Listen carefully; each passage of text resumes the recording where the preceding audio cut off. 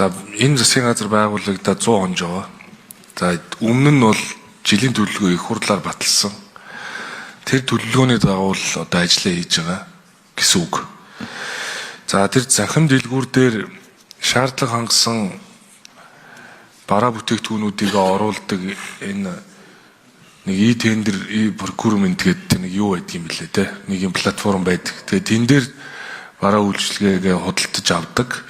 Уг нь бол агуулгын зөв. Тэгэхээр тэр тоогоо нэмэгдүүлсэн цагт бол янз бүрийн одоо жишээ нэг компьютер эвдэрлэхэд нэг шинээр авлаа гэхэд тендер зарлаа хугацаа алдаад байхгүйгээр тэр жигсаалтанд байгаа бараа бүтээгдэхүүнээс худалдаа авдаг. Энэ нь бол жишг. Тэгэхээр тэр тоог бол ахиулах ёстой. Тэр бол зөв. Тэгээд сая шижир гишүүний хэлж байгаа бол бид анхаарах ёстой. Бид нар гол нь намайг бол цахим хөгжлийн сайдаар ажиллаж байхад тэр мэдээлэл технологи үйлдвэрлэлийг дэмжих хууль дээрээс нь тухайн үед бид нар яг энэ нөгөө юута програм хангамжтай холбоотой нэг худалдаа авалт хийх болцоотой нэг тэр Mind Goal-ийн энэ нэг систем хөгжүүлсэн шүү дээ. Тэгээ би сангийн амнаас их гуйсан да. Тэгээд тэн дээр ингээд софтверуудыг нь тавиа шууд худалдаа авдаг болгочаач.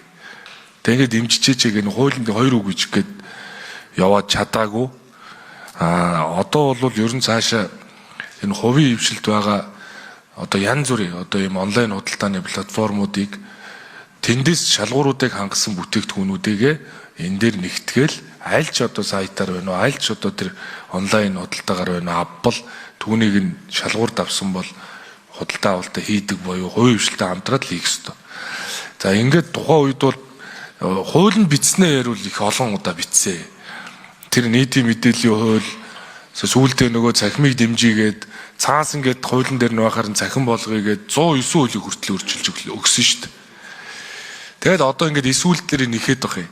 Сая энэ эдийн засгийн хөгжлийн сайдаар ирээд гайл дээр очисон чинь хүртэл цахимаар ингээд систем байгаад байдаг. Гэтэл бичгээр шаардсан шаардлага нь бараг одоо 55 шаардлага байгаад байдаг. Цахимаар болоод байхад цаасаар нэхэд юм эсвэл. Тэгэхээр бид нар өөрийн хуулинд биччихээд хууль давсан журмаар ингээ хаадаг юм байл л дээ. Тэгэхээр 109 хуулийг ч өөрчилж өгсөн.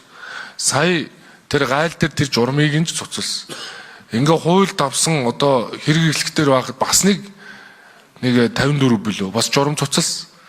Тэгээ байхад ингээ эсвэл нэг юм хүн ирэх авах гад ингээ цахимаар дэмжигээд багт хүний оролцоог хангуулах гал ингээл байдаг нэг юм зовлонтой. Тэгээ сая эдийн засгийн эрхчлөөний хууль бол энийг бас би шийднэ гэж найдаж байгаа. Эдийн засгийн эрхчлөөний хууль, хөрөнгө оруулалтын хууль, зөвшөөрөл мэдээллийн хууль, legal info дээр тавигдаад хилцэгдээд хувийн хвшилт яриад явж байна. Төр бол үндэсний аюулгүй байдалтай холбоотой нийтийн ашиг сонирхлыг хамгаалахаас бусад тохиолдолд ямар нэгэн хуулиар хувийн хвшил аж ахуйн нэгжийн үйл ажиллагаанд хөндлөнгөөс оролцох нэмэлт шаардлага тавих хэн шалгахыг хуулиар бүрэн хориглоно. Эдийн засгийн эрхчлөөний хууль гаргасан. Ингээд одоо төрийн зарим чиг үүрэг буюу зөвшөөрлийн хуулиараа одоо энэ legal info дээр тавигдж байгаа сая засгийн газраас мэдүүлсэн хуулиар 100 зөвшөөрлөө мэргэжлийн холбоо шилжүүлнэ. Одоо ингээд энэ хэмжээлшгүй эрх мэдэл тал тал төвлөрүүлдгээсээ салъя. Тэгээ хуулиа шат шатандаа хэрэглээд явъя л гэж зорж байгаа.